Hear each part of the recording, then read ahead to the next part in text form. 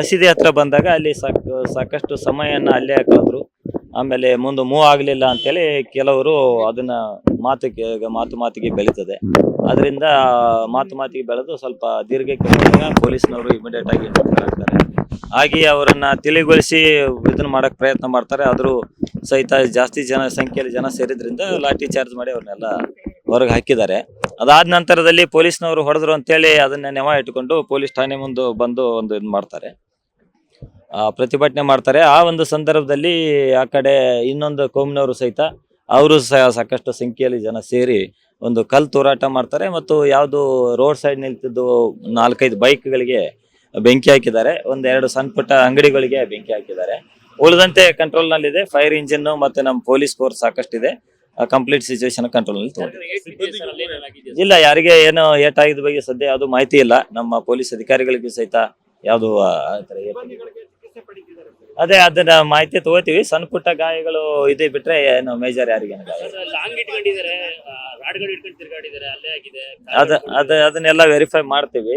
ಆತರ ಯಾವ್ದಾದ್ರು ಕಂಡು ಬಂದಾರ ಯಾರ ಇದ್ರ ಸಹಿತ ಇನ್ನೂ ಇಲ್ಲ, ವಶಕ್ಕೆ ತೆಗೆದುಕೊಳ್ಳುವ ಕಾರ್ಯ ಈಗ ಸ್ಟಾರ್ಟ್ ಮಾಡ್ತಾ ಇದೀವಿ. ಇಲ್ಲ, ಇವತ್ತು 5ನೇ ದಿನ ಗಣೇಶ ನಮ್ಮ ಜಿಲ್ಲೆಯಲ್ಲಿ ಒಂದು 400 ಕಡೆ ಇತ್ತು ವಿಸರ್ಜನೆ. ಸೊ ಹಂಗಾಗಿ ಎಲ್ಲಾ ಠಾಣಾ ಮಟ್ಟದಲ್ಲಿ ಎಲ್ಲಾ ಕಡೆ ಅಲ್ಲಿ ಬಂದೋಬಸ್ತ್ ಮಾಡಿದ್ವಿ.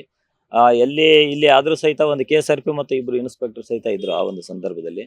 ಆದ್ರೂ ಸಹಿತ ಈ ಒಂದು ಘಟನೆ ಅಲ್ಲಿ ಜಾಸ್ತಿ ಹೊತ್ತು ಮಸೀದಿ ಮುಂದೆ ನಿಂತರು ಅಂತೇಳಿ ಒಂದು ವಿಚಾರಕ್ಕೆ ಸ್ಟಾರ್ಟ್ ಆಗಿದ್ದು ಇಲ್ಲಿವರೆಗೆ ಹೋಗಿದೆ.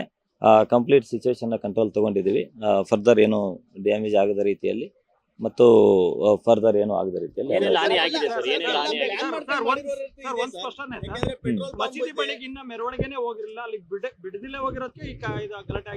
ಇಲ್ಲ, ಅಲ್ಲಿ ಸರ್ಕಲ್ ಇದೆ ಅಲ್ಲ, ಸರ್ಕಲ್ ಹತ್ರನೇ ಮಸೀದಿ ಇದೆ.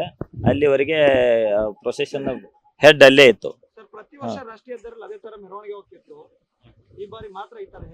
ಅದೇ ಅದೊಂದು ಸಣ್ಣ ವಿಚಾರಕ್ಕೆ ಸ್ಟಾರ್ಟ್ ಆಗಿದ್ದು ಈ ಹಂತಕ್ಕೆ ಹೋಗಿದೆ. ಅದು ಏನೋ ಒಂದು ಘಟನೆ ಆಗಿದೆ ಅನ್ನೋದ್ರ ಬಗ್ಗೆನೂ ಸಹಿತ ನಾವು ತನಿಖೆ ಮಾಡ್ತೀವಿ. ಯಾರ್ಯಾರು ಇದರ ಹಿನ್ನೆಲೆ ಇದ್ದಾರೆ ಅಥವಾ ಏನಾದ್ರು ಪೂರ್ವ ಪೀಡಿತ ಏನಾದ್ರು ಇತ್ತ ಅನ್ನೋದ್ರ ಬಗ್ಗೆನೂ ಸಹಿತ ನಾವು ತನಿಖೆ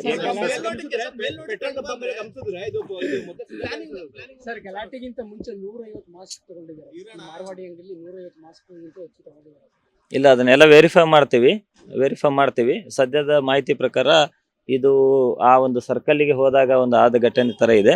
ಇನ್ನಷ್ಟು ಹೆಚ್ಚಿನ ಮಾಹಿತಿಯನ್ನ ನಾವು ಕಲೆ ಹಾಕ್ತೀವಿ. ಸದ್ಯಕ್ಕೆ ಸಿಚುವೇಶನ್ ಕಂಟ್ರೋಲ್ ತಗೊಳ್ಳಲ್ಲಿ ಯಶಸ್ವಿಯಾಗಿದ್ದೀವಿ. ಇನ್ನೂ ವಶಕ್ಕೆ ಪಡ್ಕೊಂಡಿಲ್ಲ, ಇನ್ನು ಮುಂದಿನ ಮಾಡ್ತೀವಿ.